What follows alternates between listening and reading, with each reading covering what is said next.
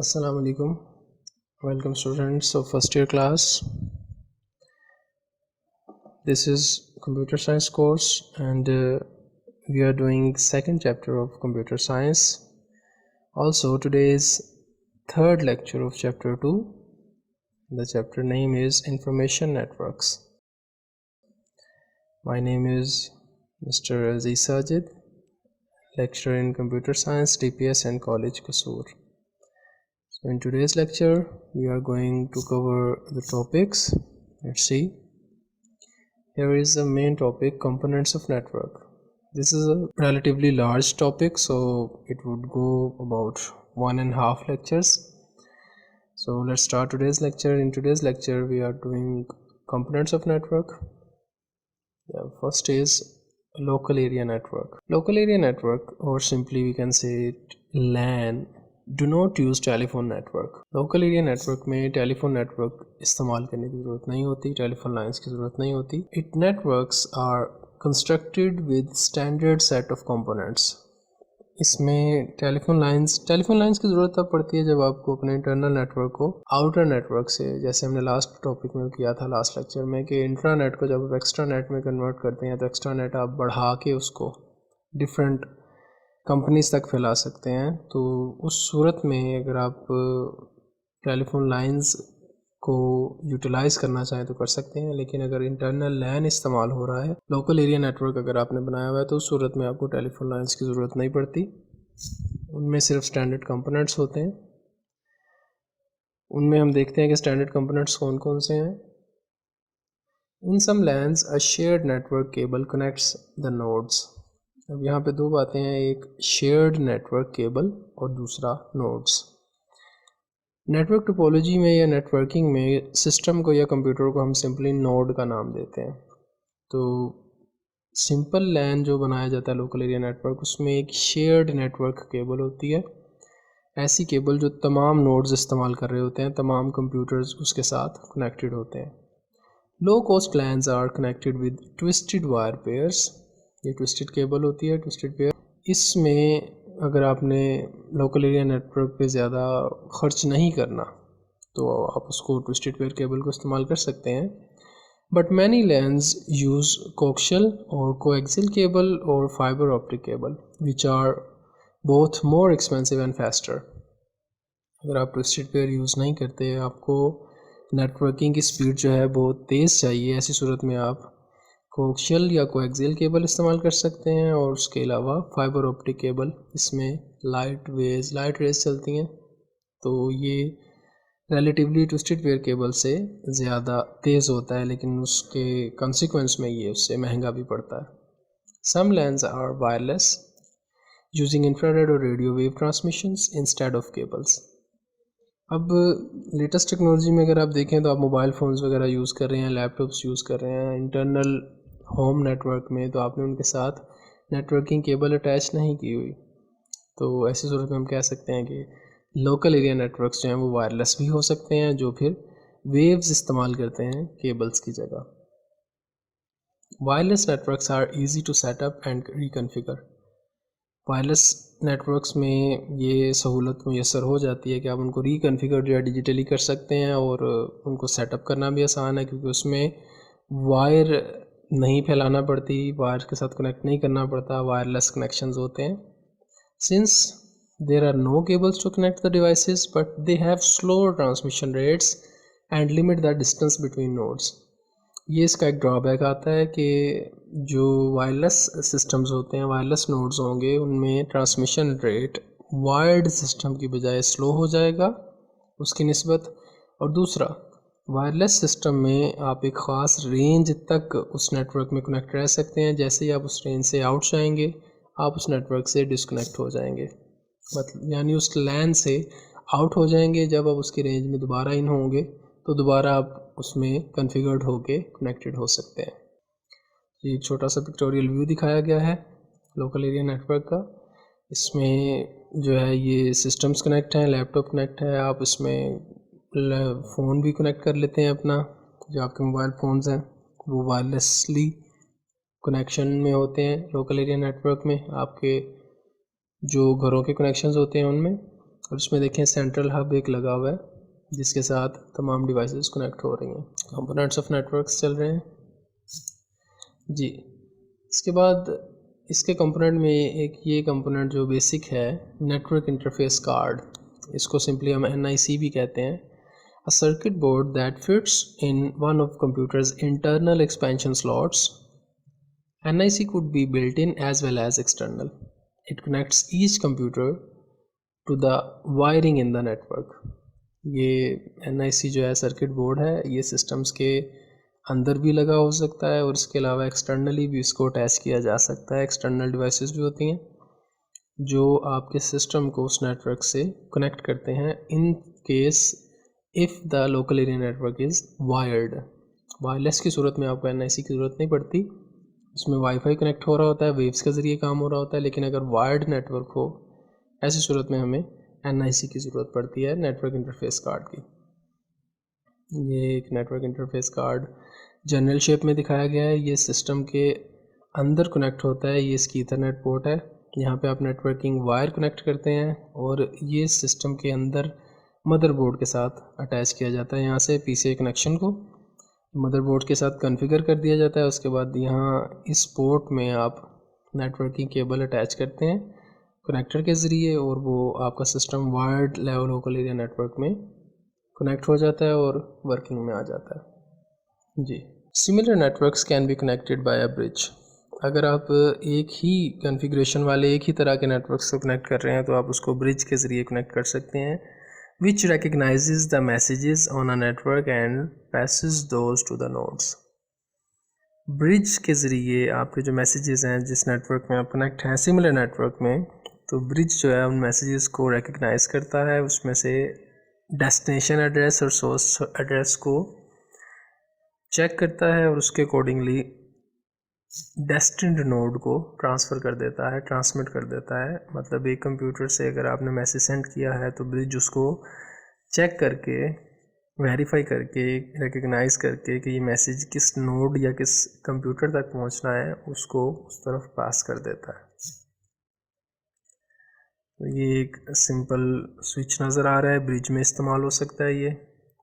इसमें ये देखें पोर्ट्स बनी हुई हैं, यहाँ पे आप कनेक्टर्स कनेक्ट कर देते हैं वायर्ड सिस्टम्स के। अब अगर आपने फर्स्ट कनेक्टर के साथ जो कंप्यूटर अटैच है अगर उसमें से मैसेज भेजा है, फर्स्ट करें आप पोर्ट 8 पे जो सिस्टम कनेक्ट है उसको सेंड कर रहे हैं, तो ये स्विच या ये ब्रिज आपके मैसेज को रिकग्नाइज करके एग्जैक्ट उसी पोर्ट के ज़रिए जिस पोर्ट पे वो सिस्टम कनेक्ट होगा उस पोर्ट के ज़रिए उस सिस्टम की तरफ उसको पास कर देगा, ट्रांसमिट कर देगा। तो ये तब इस्तेमाल होता है जब आप सिमिलर नेटवर्क इस्तेमाल कर रहे हैं। सिमिलर नेटवर्क्स में ब्रिज के ज़रिए मैसेजेस ट्रांसफ़र हो सकते हैं।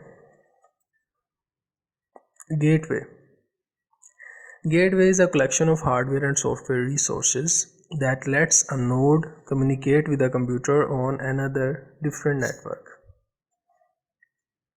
सिमिलर नेटवर्क पे जब हमने देखा तो उसमें ब्रिज के ज़रिए काम हो सकता है, लेकिन गेटवे जो है वो आपको डिफरेंट नेटवर्क्स पे कनेक्ट करने के काम आता है।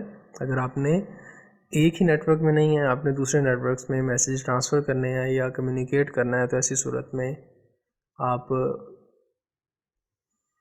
जो मैसेज है ट्रांसफ़र करते हैं तो वो गेटवे के ज़रिए डिफरेंट नेटवर्क पे ट्रांसफ़र किया जा सकता है, ट्रांसमिट किया जा सकता है।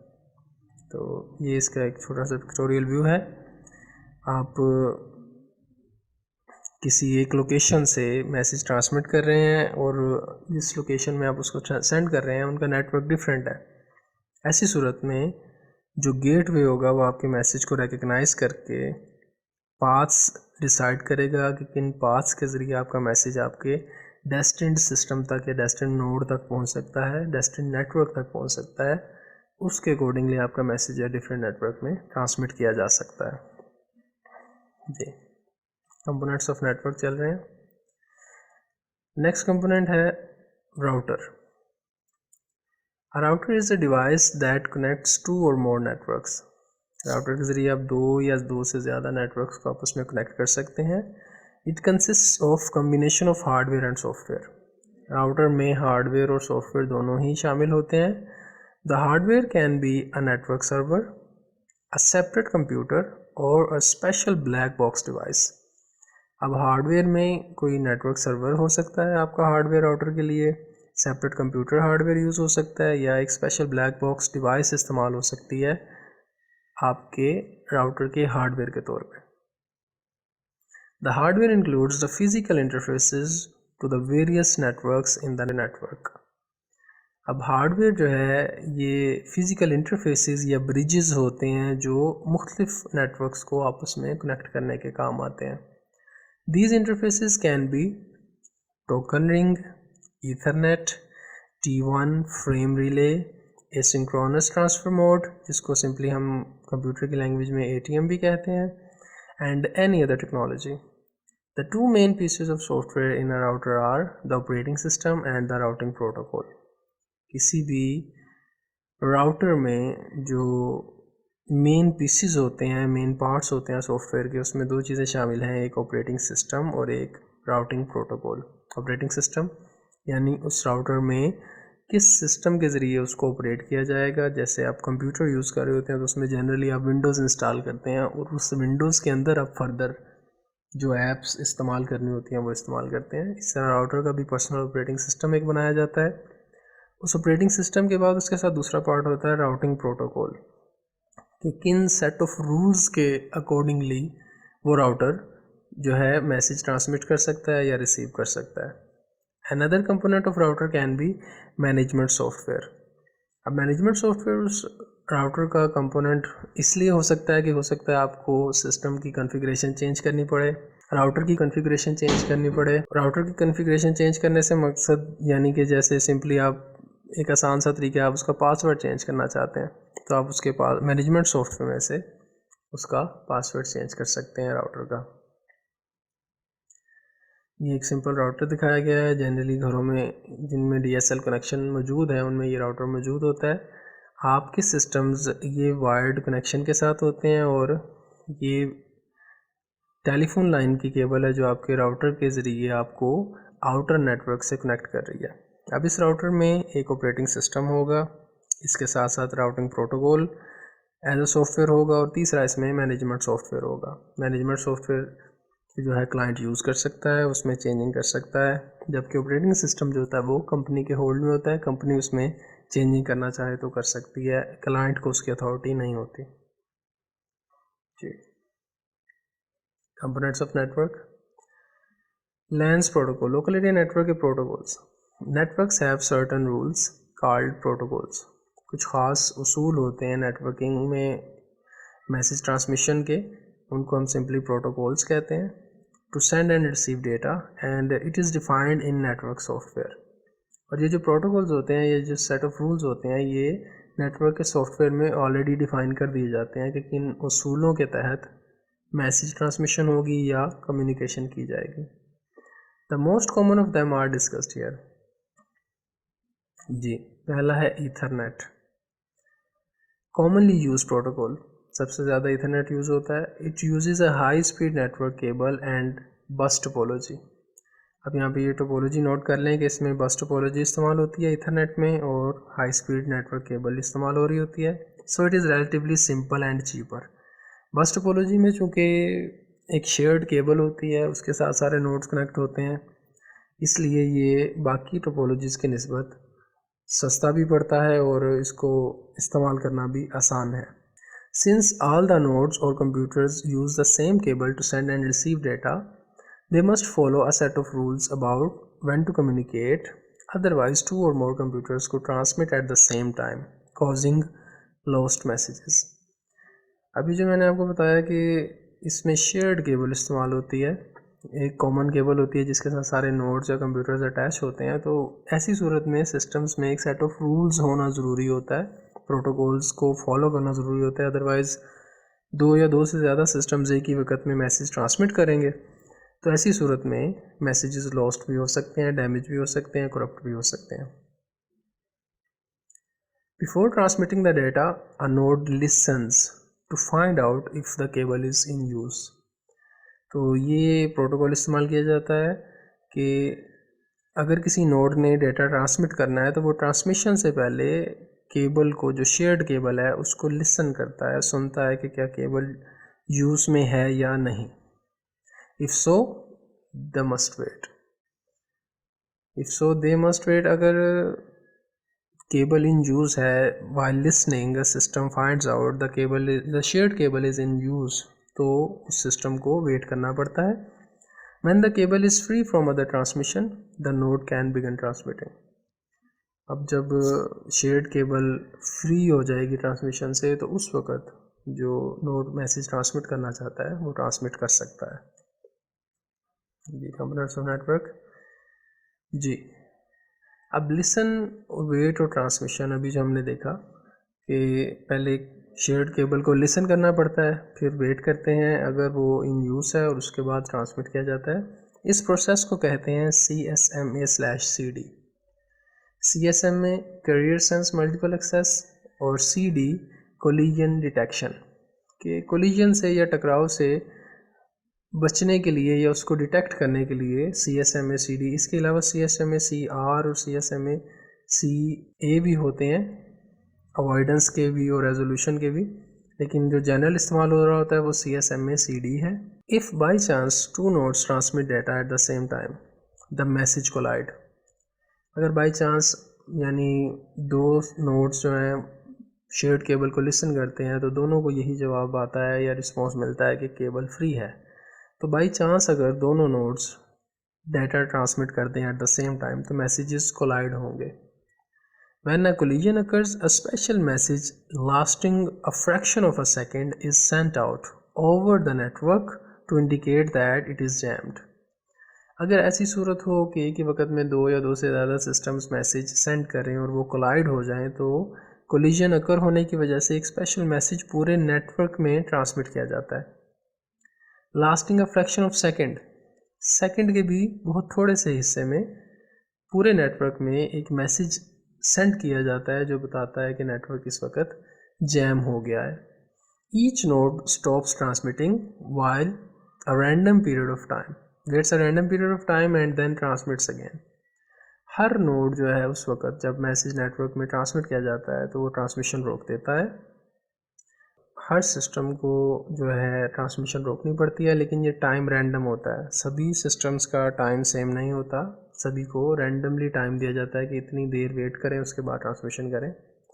Since the wait period of each node is random, it is unlikely that they will begin transmitting at the same time again. अभी जैसे मैंने आपको बताया कि गिवन टाइम जो होता है वेट का वो रैंडम होता है तमाम नोड्स के लिए, तो इसलिए ये फिर तकरीबन ना होने के बराबर होता है कि सिस्टम जब दोबारा ट्रांसमिशन करें तो वो एक ही वक्त में करें, क्योंकि सभी को रैंडमली टाइम अलॉट किया जाता है। तो यहाँ पे एक इमेज दिखाया गया है कि स्टेशन ए से जो है डेटा सिग्नल सेंड किया गया है स्टेशन बी की तरफ, लेकिन वहाँ पे दरमियान में कोलिजन अकर हो गया, तो ऐसी सूरत में सिस्टम्स को वेट करने के लिए कहा जाता है और रैंडमली टाइम अलॉट कर दिए जाते हैं। उनके बाद जो है सिस्टम्स दोबारा से जो है डेटा ट्रांसमिट कर सकते हैं। जी, नेक्स्ट है टोकन रिंग। ये एक नेटवर्क टोपोलॉजी है। It is closely associated with IBM, works on concept of a ring network topology and a token, a kind of electronic signal. Token से मुराद एक इलेक्ट्रॉनिक सिग्नल है जो नेटवर्क में allot किया जाता है, और जिस सिस्टम के या नोड के पास वो टोकन मौजूद होता है वो डाटा ट्रांसमिट कर सकता है, और जब वो डाटा ट्रांसमिट कर लेता है उसके बाद वो टोकन को फ्री कर देता है और रिंग में वो सर्कुलेट करता रहता है। उसके बाद नेक्स्ट जिस सिस्टम ने ट्रांसमिशन करनी है वो उस टोकन के साथ ट्रांसमिशन कर सकता है। Method of controlling access to the shared network cable is called token passing. Token passing क्या होगी? The method of controlling access to the shared network cable.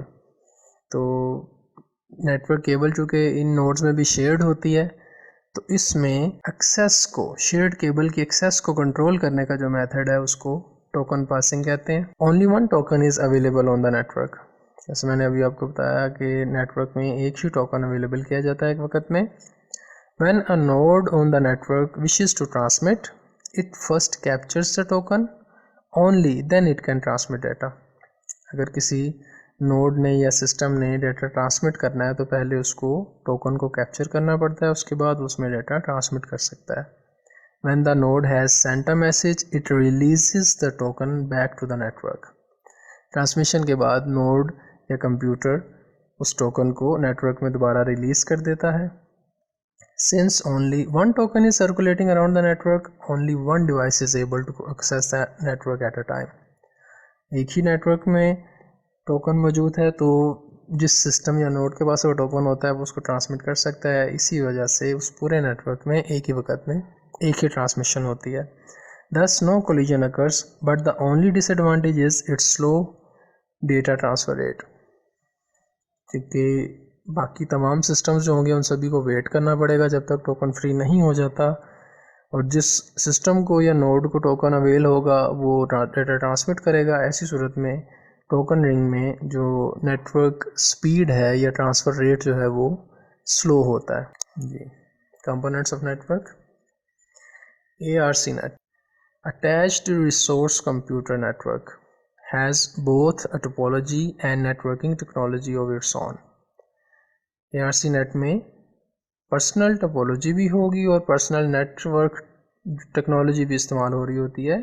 It uses either twisted pair wire or coaxial cable, and the star topology is formed with hubs attached to the network. अब इसमें topology जो इस्तेमाल होगी वो star topology है, यानी एक central hub लगी होगी जिसके थ्रू सिस्टम्स कम्युनिकेट करते हैं, और इसमें ट्विस्टेड पेयर या कोएक्सियल या कोएक्सियल केबल इस्तेमाल हो रही होती है. और हब के ज़रिए एक फ़र्ज़ करें अगर 8 सिस्टम हब के ज़रिए कनेक्टेड हैं तो तमाम की जो डाटा ट्रांसफ़र है वो हब के थ्रू दूसरे सिस्टम्स की तरफ जाती है. इसलिए अगर आप उसको फैला के रखें तो वो एक स्टार की शेप में आ जाती है, इसलिए उसको स्टार टोपोलॉजी का नाम दिया जाता है. Original ARC net protocol was very slow, but it became popular because of its inexpensive, reliable and easy to set up and to expand. Originally जब ये बनाया गया तो स्लो ज़रूर था, लेकिन इसमें जो खसूसियत थी, जो फ़ायदे थे, वो इसका सस्ता होना, पायदार होना और आसानी से सेटअप होना. और अगर आपने इसको फैलाना है तो आप इसको आसानी से मज़ीद एक्सपैंड भी कर सकते हैं. Fast ARC net increase the capability to use fibre optic cable. अगर आपने अब लेटेस्ट ARC नेट अगर आप यूज़ करें तो आप उसमें फाइबर ऑप्टिक केबल इस्तेमाल कर लें तो अल्टीमेटली उसकी स्पीड पहले से भी ज़्यादा तेज़ हो सकती है. ये एक सिंपल ARC नेट दिखाया गया है. यहाँ पे एक हब लगाई हुई है, ये भी एक हब है. इसको एक्सपैंड करने के लिए इसके ज़रिए सिस्टम्स आपस में कनेक्ट हैं, यहाँ से भी और ये भी, ये सारे सिस्टम्स आपस में कनेक्ट किए गए हैं. इसको सिंपली ARC नेट का नाम दिया गया है. इस हब के थ्रू इस नेटवर्क से इस नेटवर्क में डेटा ट्रांसफ़र किया जा सकता है या रिसीव किया जा सकता है. Components of network. TCP/IP. TCP/IP ये एक्चुअल प्रोटोकॉल है जो डेटा ट्रांसमिशन में इस्तेमाल होता है. Transmission control protocol, internet protocol. TCP/IP is the protocol used by every computer on internet. Internet में मौजूद हर सिस्टम जो है TCP/IP प्रोटोकॉल इस्तेमाल कर रहा होता है. A protocol is a set of rules and procedures that defines how computer receive and transmit data over the network. ये मैंने आपको पहले भी बताया कि प्रोटोकॉल से मुराद सेट ऑफ रूल्स हैं या प्रोसीजर्स हैं जो ये सिस्टम को बताते हैं कि वो किस तरीक़ाकार से नेटवर्क में डेटा ट्रांसमिट कर सकता है या रिसीव कर सकता है. Every computer on internet must have TCP/IP configured.